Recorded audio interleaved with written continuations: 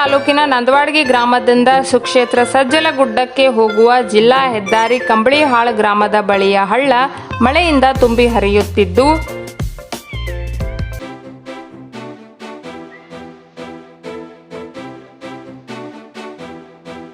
ಗ್ರಾಮಸ್ಥರು ಹಳ್ಳ ತುಂಬಿ ಹರಿಯುತ್ತಿದ್ದನ್ನು ನೋಡುತ್ತಾ ಪಕ್ಕದ ಗ್ರಾಮಗಳಿಗೆ ಹೋಗಲು ಆಗದೆ ಪರದಾಡುತ್ತಿದ್ದಾರೆ.